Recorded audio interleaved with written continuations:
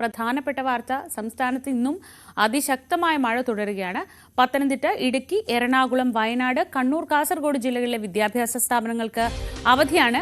നേരത്തെ പ്രഖ്യാപിച്ച പരീക്ഷകളിൽ സ്വാഭാവികമായും മാറ്റമുണ്ടാവില്ല. പ്രൊഫഷണൽ കോളേജ് ഉൾപ്പെടെയുള്ള സ്ഥാപനങ്ങൾക്ക് അവധി ബാധകമാണ്. 4 ജില്ലകളിൽ ഇന്നത്തെ ദിവസം റെഡ് അലർട്ടുണ്ട്. 10 ജില്ലകളിൽ ഓറഞ്ച് അലർട്ടും പ്രഖ്യാപിച്ചിട്ടുണ്ട്. കണ്ണൂർ, കാസർഗോഡ്, ഇടുക്കി, പത്തനംതിട്ട ജില്ലകളിലാണ് റെഡ് അലർട്ട് ഉള്ളത്. വിവരങ്ങളുമായി ആയിഷത്തുൽ ഷംന ന്യൂസ് ഡെസ്കിൽ നിന്ന്. ഷംന, ശക്തമായ മഴ, അതിതീവ്ര മഴയ്ക്ക് തന്നെയാണ് സാധ്യത. 4 ജില്ലകളിൽ റെഡ് അലർട്ട്, ബാക്കി എല്ലാ ജില്ലകളിലും ഓറഞ്ച് അലർട്ട്. അതായത് സംസ്ഥാനം ഒട്ടാകെ ഇന്ന് ഒരു അതീവ ജാഗ്രത ഉണ്ടാവേണ്ട ദിവസമാണ്. തീർച്ചയായും ശ്രീജ, അത് തന്നെയാണ്. സംസ്ഥാനം ഒട്ടാകെ ശക്തമായ മഴ തന്നെയാണ് ഇന്ന് പ്രവചിക്കപ്പെടുന്നത്. 4 ജില്ലകളിൽ മാത്രമാണ് റെഡ് അലർട്ട് എങ്കിലും ബാക്കി എല്ലാ ജില്ലകളിലും ഓറഞ്ച് അലർട്ട് പ്രഖ്യാപിച്ചിട്ടുണ്ട്. അതായത് ശക്തമായ മഴ തന്നെ സംസ്ഥാനത്തുടനീളം ഉണ്ടാകുമെന്നതാണ് മുന്നറിയിപ്പ്. ഇന്ന് പത്തനംതിട്ട, ഇടുക്കി, കണ്ണൂർ, കാസർഗോഡ് ജില്ലകൾക്കാണ് റെഡ് അലർട്ട് ഉള്ളത്. മറ്റെല്ലാ ജില്ലകൾക്കും ഓറഞ്ച് അലർട്ടും. ഒപ്പം നാളെ ഈ പത്തനംതിട്ട, ഇടുക്കി,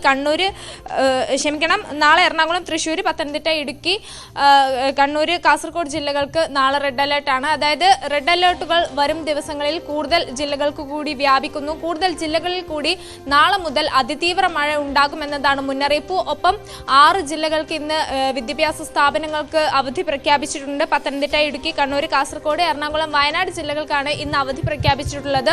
മദ്രസകൾ, ട്യൂഷൻ സെന്ററുകൾ ഉൾപ്പെടെ പ്രൊഫഷണൽ കോളേജുകൾ ഉൾപ്പെടെ എല്ലാത്തിനും അവധിയാണ്. എന്തായാലും സംസ്ഥാനത്തൊട്ടാകെ അതിതീവ്ര മഴ തന്നെയാണ് പ്രവചിക്കപ്പെടുന്നത്. ഒപ്പം തന്നെ വരും ദിവസങ്ങളിലും ഈ മഴ തുടരുമെന്നതാണ് മുന്നറിയിപ്പ്. 24 മണിക്കൂറിനുള്ളിൽ 204.4 mm കൂടുതൽ മഴ, അതായത് സാധാരണയേക്കാൾ വളരെ കൂടുതലാണ് ഇത്തവണ മഴ ലഭിക്കുന്നത്. ഇന്ന് മഴ ഉണ്ടാവുക എന്നതാണ് പ്രവചനം.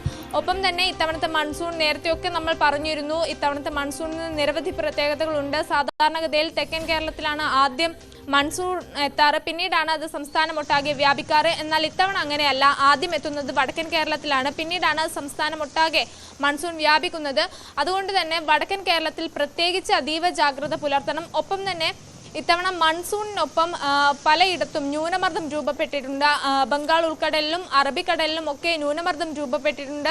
ഇത് അതിതീവ്ര ന്യൂനമർദ്ദമായി മാറിയിട്ടുണ്ട്. ഈ ഒരു സാഹചര്യത്തിൽ വളരെയധികം ജാഗ്രത പാലിക്കണം. കാരണം ഇത്തവണത്തെ മൺസൂൺ സാധാരണഗതിയിൽ മൺസൂണിന്റെ ആദ്യത്തെ ഒരാഴ്ച മഴ കുറവ് മാത്രമാണ് ലഭിക്കാറ്, പിന്നീടാണ് കാലവർഷത്തിന് ശക്തി പ്രാപിക്കാറ്. പക്ഷെ ഇത്തവണ അങ്ങനെയല്ല.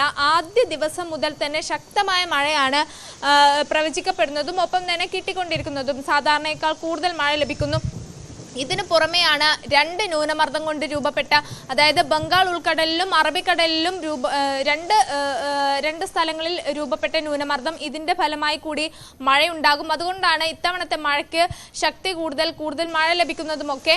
എന്തായാലും ഇപ്പോൾ ബംഗാൾ ഉൾക്കടലിൽ രൂപം കൊണ്ട ന്യൂനമർദ്ദം അത് കൂടുതൽ ശക്തി പ്രാപിക്കുന്നതായാണ് റിപ്പോർട്ടുകൾ. അതുകൊണ്ട് തന്നെ വരും ദിവസങ്ങളിലും അതീവ ജാഗ്രത തന്നെയാണ് പ്രവചിക്കപ്പെടുന്നത്. ഒപ്പം തന്നെ കേരള, കർണാടക, ലക്ഷദ്വീപ് തീരങ്ങളിൽ മത്സ്യബന്ധനത്തിന് വിലക്കുണ്ട്. കള്ളക്കടൽ പ്രതിഭാസത്തിന് സാധ്യതയുണ്ട്. ഒപ്പം തന്നെ ഉയർന്ന തിരമാലയ്ക്ക് സാധ്യതയുണ്ട്. ഈ ഒരു അടിസ്ഥാനത്തിൽ തന്നെ കടലിൽ ഇറങ്ങിയുള്ള വിനോദസഞ്ചാരങ്ങൾ ഉൾപ്പെടെ അതിനൊക്കെ വിലക്ക് ഏർപ്പെടുത്തിയിട്ടുണ്ട്. ഒപ്പം തന്നെ മലയോര മേഖലകളിൽ മണ്ണിടിച്ചിലിന് സാധ്യതയുണ്ട്. ഇതുകൊണ്ട് തന്നെ രാത്രികാല യാത്രകൾ ഉൾപ്പെടെ മലയോര മേഖലകളിൽ ഒഴിവാക്കണമെന്ന് നിർദ്ദേശമുണ്ട്.